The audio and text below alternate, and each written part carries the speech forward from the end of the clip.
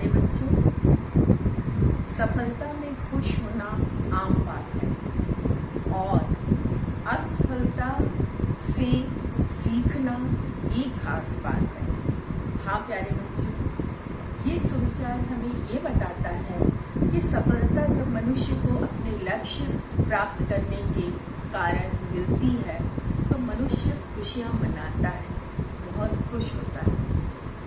ये तो हर आदमी की परंपरा है या हर आदमी का मूल स्वभाव है, किंतु आपको खास यह बात बनाती है कि आप असफलताओं को भी स्वीकार करें और असफलताओं को चुनौती की तरह स्वीकार करें और क्या कमी रह गई उसमें सुधार करें और असफलताओं से सीखें।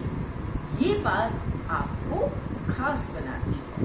प्यारे बच्चों, उम्मीद है आपने इस भाव को समझा होगा कि सफलता मिलना और खुशी मनाना तो हर का स्वभाव है, किंतु असफलताओं में बिना घबराए उससे सीखना ये खास लोगों का स्वभाव होता है और आपको आम नहीं खास बनना है। चलिए अब हम लोग आज के पाठ की तरफ चलते हैं। पाठ 8, न जानू कवि बना। ठीक है बच्चों, न जानू कवि बना कल मैंने वर्षों के सत्र में आपको पहले ही समझा दिया था कि पाठ का भाव क्या है। पाठ में पहले तो मैं किसके द्वारा लिखित है ये आपको बताने के साथ उसके भाव को समझाने की कोशिश करूंगी। प्रस्तुत जो न जानू कवि बना नाटक एक बाल नाटक है और ये रसियन साहित्यकार श्री निकोलाई नोसोव के द्वारा रचित है और इस इन्होंने न जानू की कहानियां नाम से न जानू के ऊपर कुछ कहानियां लिखी जिनके 4 भाग हैं और न जानू उसका मुख्य पात्र है। वो 4 भाग न जानू कवि बना, न जानू चित्रकार बना, न जानू बड़ा कलाकार बना और न जानू बड़ा कलाकार नहीं, न जानू चित्रकार बना, न जानू संगीतकार बना, न जानू कलाकार बना और न जानू ने रंग जमाया। ये 4 उनके न जानू के ऊपर लिखी हुई कहानियां हैं, किंतु इन रसियन भाषा में लिखी हुई कहानियों का हिंदी अनुवाद और नाट्य रूपांतरण किया है कविता सुरेश ने, जिसकी ही एक कड़ी आपके सामने आज है। कौन सा पाठ? न जानू कवि बना। प्यारे बच्चों, कहानी का एक सारांश, एक छोटा रूप में आपको समझा देती हूँ। कहानी में नाटक का एक छोटा सारांश में आपको समझा देती हूँ। कल परसों जो मैंने पढ़ाया उसमें आपने देखा कि न जानू नाम का एक बच्चा है जो कि थोड़ा सा परेशान है, अन्य बच्चों की तरह खेल कूद नहीं रहा है, उसके दोस्तों के बार बार आग्रह करने पर भी वो खेलने नहीं जाता है। फिर उसे एक गुलदस्ता, जो कि कविता लिखी, गुलदस्ता नाम के एक व्यक्ति आते हैं उसके पास और पूछते हैं कि क्या बात है, तो वो बताता है कि मैं एक बड़ा कलाकार बनना चाहता हूँ। फिर गुलदस्ता बोलते हैं कि क्या, गुलदस्ता से वो बोलता है कि मैं आपकी तरह कविता रचना चाहता हूँ। फिर गुलदस्ता उसकी जांच परख करते हैं कि इसके में ये प्रतिभा है कि नहीं और उसे तुकबंदी की बात बताते हैं और तुकबंदी की बातों में उसे वो उलझता नहीं बल्कि उल्टा ही गुलदस्ता जी को उलझा देता है और गुलदस्ता जी खींचते हुए नाराज होते हुए वापस चले जाते हैं। उसके बाद न जानू शांत होकर अपने दोस्तों के ऊपर अपने स्तर की, वो एक बच्चा है तो बच्चों के स्तर की तुकबंदी को जोड़कर अपनी कल्पना शक्ति, बच्चे की कल्पना शक्ति जहाँ तक पहुँचती है वहाँ तक पहुँचकर अपने मित्रों के ऊपर कविता लिखता है और कुछ रचना करने के बाद उसकी खुशी, जो उसका चिड़चिड़ापन था, जो उसकी उदासी थी, इस नाटक में आपको दिखती है कि जो उसका मन था, जो वो कुछ करना चाहता था, जो वो कुछ रचना चाहता था, उसकी रचना करने के बाद वो खूब खुश होता है और दौड़कर खुद अपने दोस्तों के पास जाता है और अपने दोस्तों के ऊपर लिखी हुई दो पंक्तियां सुनाता है। हालांकि उसमें अब उसके दोस्तों को थोड़ी गुस्सा भी आती है, क्योंकि उसकी कल्पना कुछ ऐसी थी जिसमें सत्यता जरा भी नहीं थी, न जानू की कल्पना। और वैसी ही कल्पनाओं के साथ उसने कविता की पंक्तियां लिखी थी अपने दोस्तों के ऊपर। दोस्त पल भर के लिए नाराजगी शो करते हैं, लेकिन दोस्त तो दोस्त होते हैं, इतनी छोटी छोटी बातों पे क्यों नाराज होंगे। बाद में सभी दोस्त न जानू को ये विश्वास दिलाते हैं कि न जानू में वास्तव में कविता लिखने की क्षमता है। बच्चों के स्तर से उसने अच्छी कविता लिखी है, ये उसके दोस्त उसे समझाते हैं। और अच्छे दोस्त वही होते हैं जो अपने मित्र को उत्साहित करते हैं उसके लक्ष्य की ओर। तो ऐसा ही इस नाटक में आप देखिए कि उसके दोस्तों ने अंत में उसको प्रोत्साहित किया न जानू को कि तुम तो बहुत अच्छी कविता लिख ली है।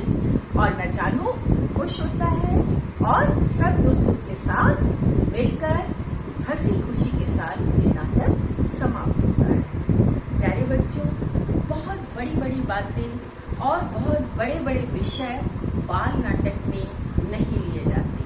बाल मन को देखते हुए, बाल मनोविज्ञान को देखते हुए लेखक या साहित्यकार उसी स्तर की नाटक बच्चों के लिए लिखते हैं। उस स्तर में पहुंचकर उनकी हर एक विचार, उनके हर एक भाव, उनकी हर एक चंचलता को अपने नाटक में उतारने की कोशिश करती हैं, जिसका प्रमाण ये नाटक है।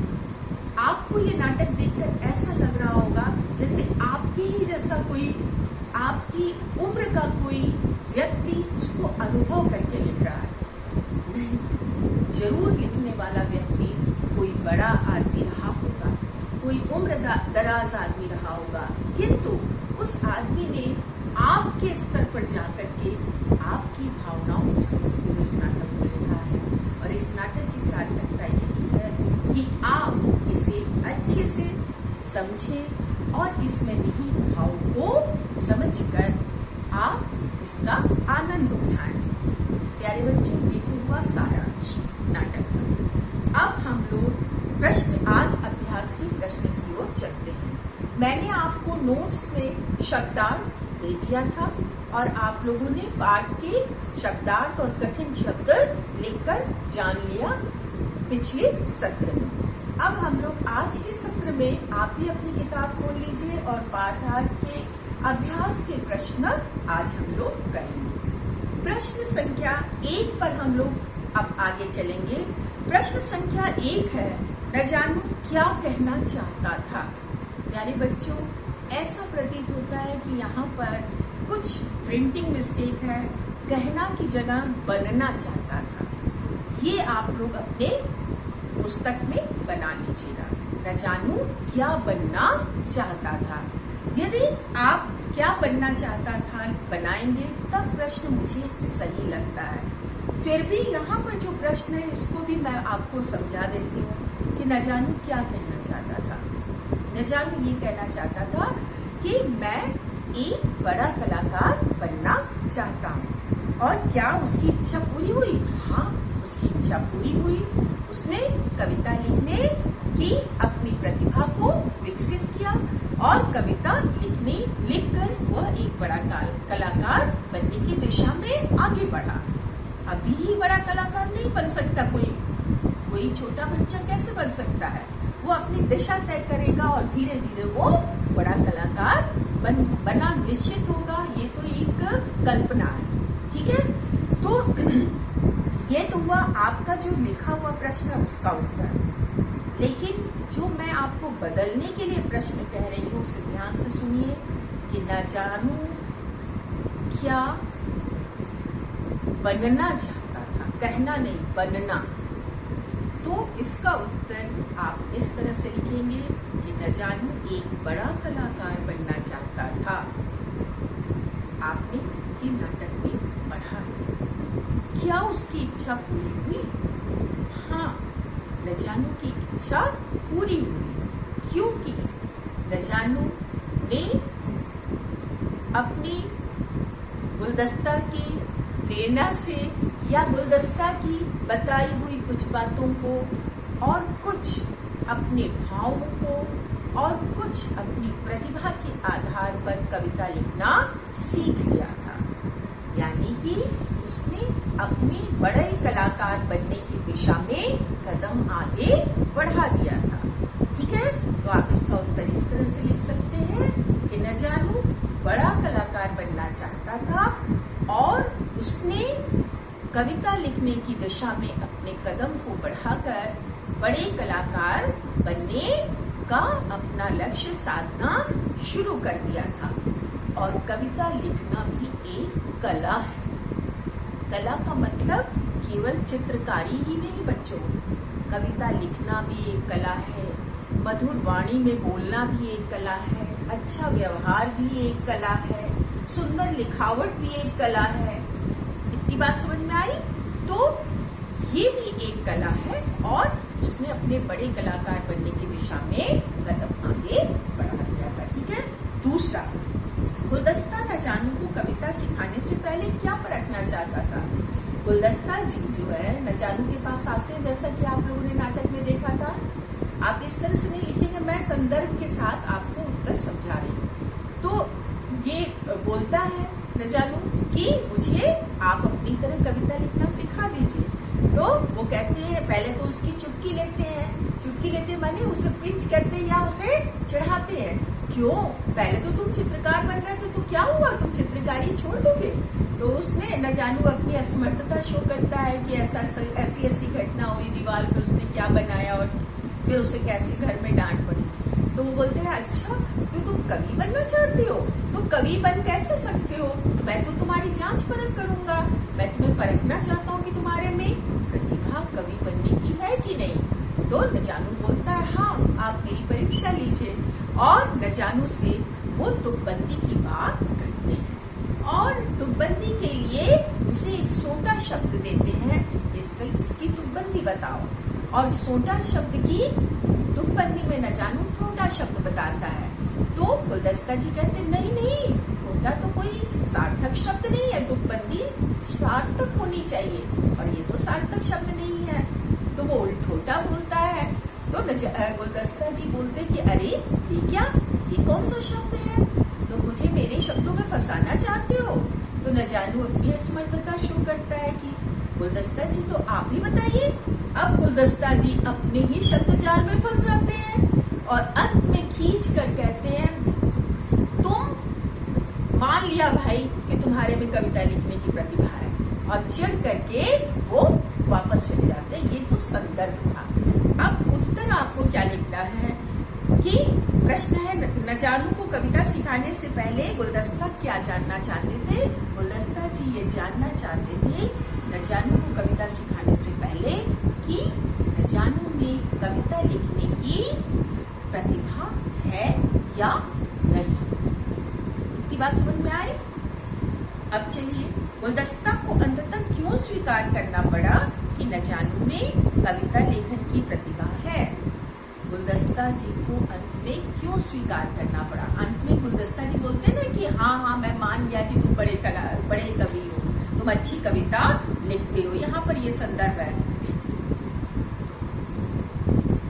बिल्कुल बहुत आसान है। कविता करते करते कहीं पीट न जाना उसके पहले अच्छा है प्रतिभा, बस मेरा तो सिर दर्द करने लगा। इस तरह की कविताएं लिखो जिनका कोई अर्थ हो। ये उनकी पंक्ति है। तो यह प्रश्न किया गया है कि गुलदस्ता ने क्यों माना कि अंत में कि कविता लेखन की कला न जानू में है। क्यों? क्योंकि गुलदस्ता ने जो एक क्राइटेरिया, जो एक मानक तय किया कविता लिखने की तुकबंदी होना जरूरी है। उस तुकबंदी में तो न जानू माहिर था। क्यों? क्योंकि वो तो खुद गुलदस्ता जी को इस तुकबंदी के जाल में फंसा दिया। और ये जांच परख करने के बाद गुलदस्ता जी इस निर्णय पर पहुंचे कि न जानू कविता लिख सकता है। प्यारे बच्चों, इस संदर्भ में मैं इतना जरूर कहना चाहूंगी कि कविता केवल तुकबंदी नहीं है। कविता मनुष्य के हृदय से उपजती है और मनुष्य के हृदय में जब कविता उपजती है या कविता के अंकुर फूटते हैं तो वो शब्द और कल्पना के जाल बुनता है। कैसे अपनी कल्पना के जाल बिनकर उसमें शब्दों की मोती पिरोता है और तब वो कविता आपके या पाठक के हृदय को छूती है और यही कवि की सफलता है कि वो अपने मन के भाव पाठक तक पहुंचा पाता है और पाठक के हृदय को छू पाता है अपने मन के भाव के जरिए। ये वास्तव में कविता होती है। लेकिन ये तो बड़ी बड़ी बातें हैं। आप बच्चे तो बंदी कर लें, अच्छे शब्द बैठा लें, अच्छी कल्पना कर लें, बस। और आपकी कल्पना शक्ति अभी तो बहुत ऊंची ऊंची नहीं होती। आपकी कल्पना शक्ति तो चॉकलेट और आइसक्रीम और अच्छे खाद्य पदार्थ, अच्छा खेल, अच्छी पढ़ाई यहीं तक होती है। आपको उससे अधिक आम मनुष्यों की तरह बहुत कुछ बड़े बड़े सपने, मुझे ये मकान, मुझे वो घर, मुझे ये जमीन, ये सब के सपने आपके नहीं होते। आपकी कल्पना बहुत एक सीमित दायरे तक होती है और आप वहीं तक अपनी कविता को रचते हैं। तो यहाँ पर मैं इतनी सारी चीजें क्यों बता रही हूँ, क्योंकि आप लोग इस प्रश्न में अपने भाव, मैं जो बता रही हूँ कोई जरूरी नहीं कि आप वही लिखें। आप इसके विस्तार को समझ लेंगे और अपनी भाषा में इसके उत्तर देंगे। गुलदस्ता को अंततः ये स्वीकार करना पड़ा कि नजानू में कविता लेखन की प्रतिभा है, क्योंकि नजानू ने अपने कला से या अपनी बुद्धि से या अपनी समझ से गुलदस्ता को ये बता दिया था कि शब्दों की तुकबंदी हो या ना हो, कविता की रचना में कल्पना शक्ति की भी जरूरत होती है और भावों की जरूरत भी होती है। चलिए अब आगे। जब नजानू, चौथा प्रश्न है, जब नजानू ने जानू और सुस्तराम पर कविताएं सुनाई तो उन्होंने क्या कहा और क्यों कहा? प्यारे बच्चों, आपने देखा था कि नजानू ने जानू और सुस्तराम पर कविताएं सुनाई थी। क्या जानू पर क्या कविता सुनाई थी? देखिए आप लोग भी। जानू गया टहलने नदिया के तट पर, जाते जाते कूदा मोटर की छत पर। पहली लाइन तो सही उसने बना ली, थोड़ी कल्पना भी सही बनाई की, लेकिन दूसरी लाइन में आकर उसे समझ में पूरी तरह से नहीं आया तो उसने क्या उसको जोड़ा, मोटर की छत पर कूदा। थोड़ा सा अटपटा जरूर है लेकिन तुकबंदी है यहाँ पर, ठीक है। तो जब नजानू ने जानू के ऊपर कविता ये सुनाई और दूसरा सुस्तराम के ऊपर क्या कविता सुनाई? सुस्तराम की जीभ देखो, रखा है मीठा सेब देखो। ये दोनों ही जब कविता की पंक्तियां नजानू ने सुस्तराम और जानू के लिए सुनाई तो पल भर के लिए उनकी प्रतिक्रिया क्या थी? किसकी? जानू और सुस्तराम की। वे बोले ऐसा तो कुछ नहीं है, मैं कब मोटर की छत पर कूदा, कहा मेरी जेब में सेब है, लो देख लो। यानी उनकी प्रतिक्रिया ये थी कि वो चिढ़ गए नजानू की इस कल्पना के कारण। लेकिन उसके बाद मित्र थे वो और उनका मित्र एक कविता बनाना सीख गया है। इस खुशी को जाहिर करते हुए उन्होंने नजानू से कहा था कि तुम कविता लिखना जान गए, अच्छी कविता लिखने लगे। अब हम लोग इसको इस तरह से इस प्रश्न के उत्तर को लिख सकते हैं कि नजानू ने जब जानू और सुस्तराम पर कविताएं सुनाई तो जानू और सुस्तराम ने उन्हें कहा, पहले आप जानू के बारे में लिखिए। जानू ने उनसे नजानू से कहा कि झूठ मैं कब मोटर की छत पर कूदा? मैं तो नहीं कूदा मोटर की छत पर। और दूसरा, सुस्तराम ने क्या कहा? दिखाओ दिखाओ, सफेद बिल्कुल झूठ, कहाँ मेरे जेब में कोई सेब है।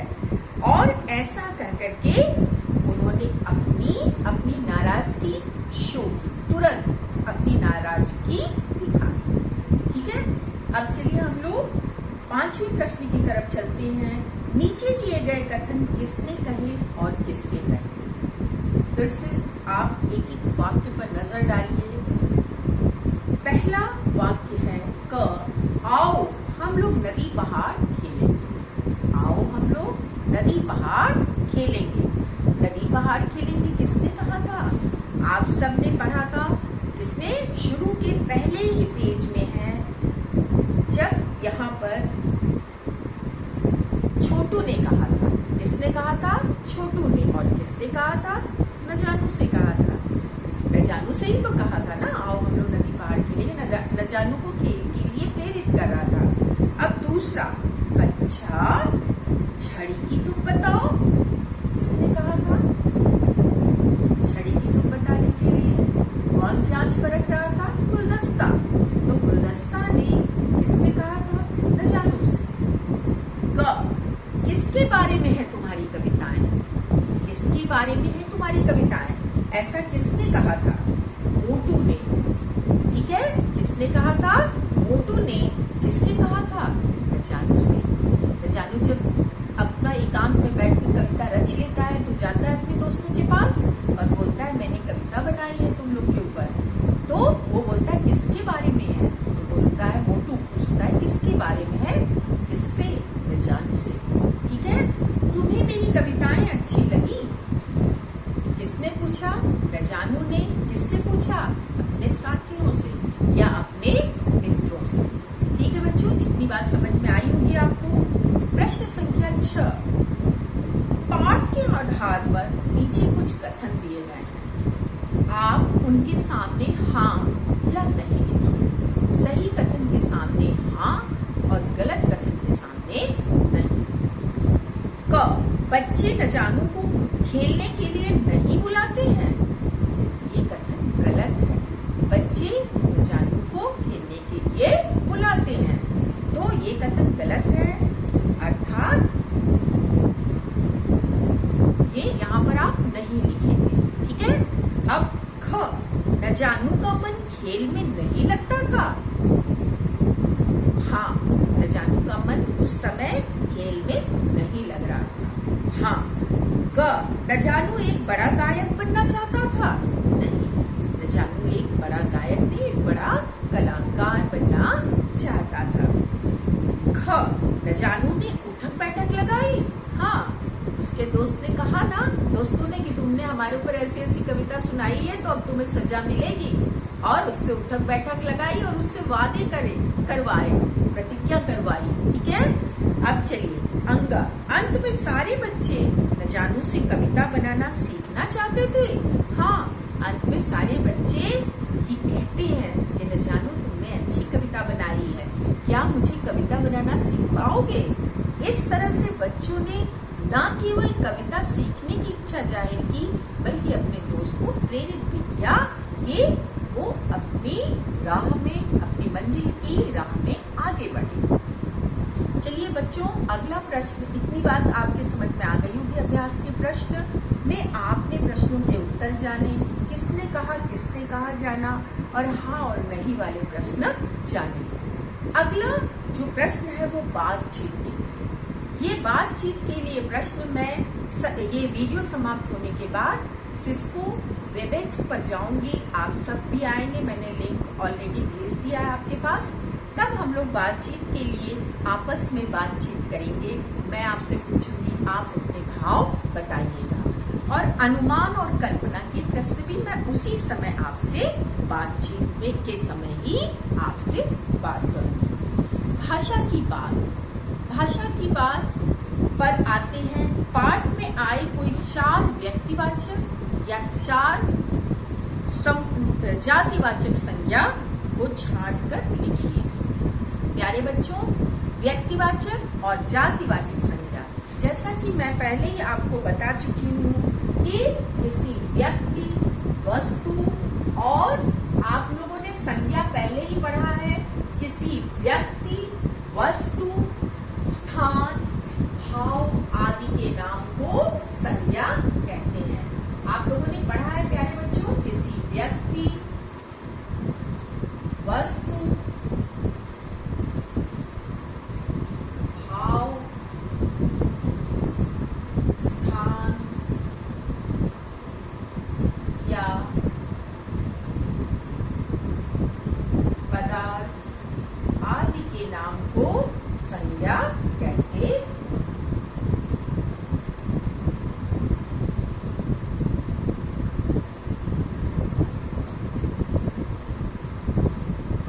और संज्ञा के 5 भेद मैंने आपको बताए थे। कौन कौन सी संज्ञा के 5 भेद बताए थे? पहला था व्यक्तिवाचक संज्ञा, और व्यक्तिवाचक संज्ञा में मैंने आपको बताया था किसी भी व्यक्ति विशेष के नाम को संज्ञा। सबसे पहले मैंने आपको बताया था कि नाम को संज्ञा कहते हैं, ठीक है, या किसी भी व्यक्ति, वस्तु, भाव, स्थान, पदार्थ आदि के नाम को संज्ञा कहते हैं, ये परिभाषा है। और व्यक्तिवाचक संज्ञा में किसी विशेष व्यक्ति के नाम को या किसी विशेष स्थान के नाम को या किसी विशेष वस्तु के नाम को हम संज्ञा, प्राणी के नाम को संज्ञा कहते हैं, ठीक है, व्यक्तिवाचक संज्ञा कहते हैं। इतनी बात समझ में आई? जैसे महात्मा गांधी, जैसे जवाहरलाल नेहरू, जैसे तुम अपना नाम ले सकते हो, ठीक है। दूसरा था जातिवाचक संज्ञा, जिन संज्ञा शब्दों से किसी उस वस्तु के समस्त वर्ग का पता चले, वो जातिवाचक संज्ञा थी। जैसे पहाड़, जैसे नदी, जैसे झरना, ठीक है, जैसे बच्चा, जैसे बच्ची, बालक, बालिका, समस्त बालक वर्ग का पता चलता है, ठीक। और तीसरा था, आप लोगों को मैंने बताया था, भाववाचक संज्ञा। भाववाचक संज्ञा तीसरी थी, और भाववाचक संज्ञा माने जो भी भाव है, जो हम फील करते हैं, जो हम महसूस करते हैं, वो भाववाचक संज्ञा होगी। जैसे दुख, जैसे सुख, जैसे खुशी, ये सब भाववाचक संज्ञा है। इसके अलावा अवस्थाएं, जैसे बचपन, ये अवस्था हमारी उम्र की अवस्थाएं हैं मनुष्य की, जैसे बचपन, जैसे बुढ़ापा, ये सब भाववाचक संज्ञा।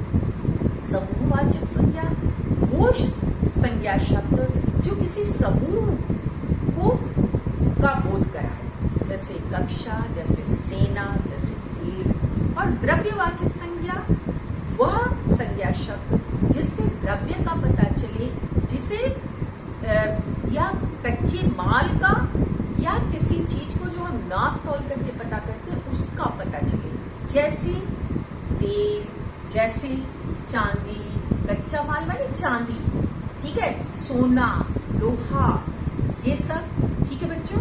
तो इस तरह से आपने 5 तरह की संज्ञा के 5 प्रकार या 5 भेद जाने थे। ये इतना विस्तार में मैं इसलिए बता रही हूँ क्योंकि यहाँ पर आपसे पाठ में जातिवाचक और व्यक्तिवाचक संज्ञा के 5 उदाहरण पाठ से आपको पूछे गए। सिर्फ मैं ये चीजें आपको शुरू में ही पहले या दूसरे पाठ में समझा चुकी थी, केवल मैं आपके पूर्व ज्ञान से आपको जोड़ने के लिए इतना मैं बताई। यहाँ पर आप कौन कौन से शब्द ढूंढना शुरू कीजिए।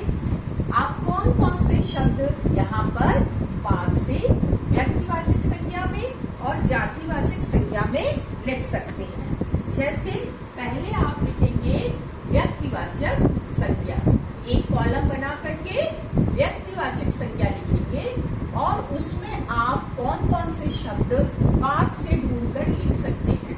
पहला शब्द आप क्या लिख सकते हैं, सारे नाम बोल जाइए जो पाठ में आए हैं, जैसे न जानू, गुलदस्ता, ऐसे गुलदस्ता व्यक्तिवाचक संज्ञा नहीं है, जातिवाचक संज्ञा है, लेकिन किसी व्यक्ति का नाम यहाँ पर गुलदस्ता है, तो यहाँ पर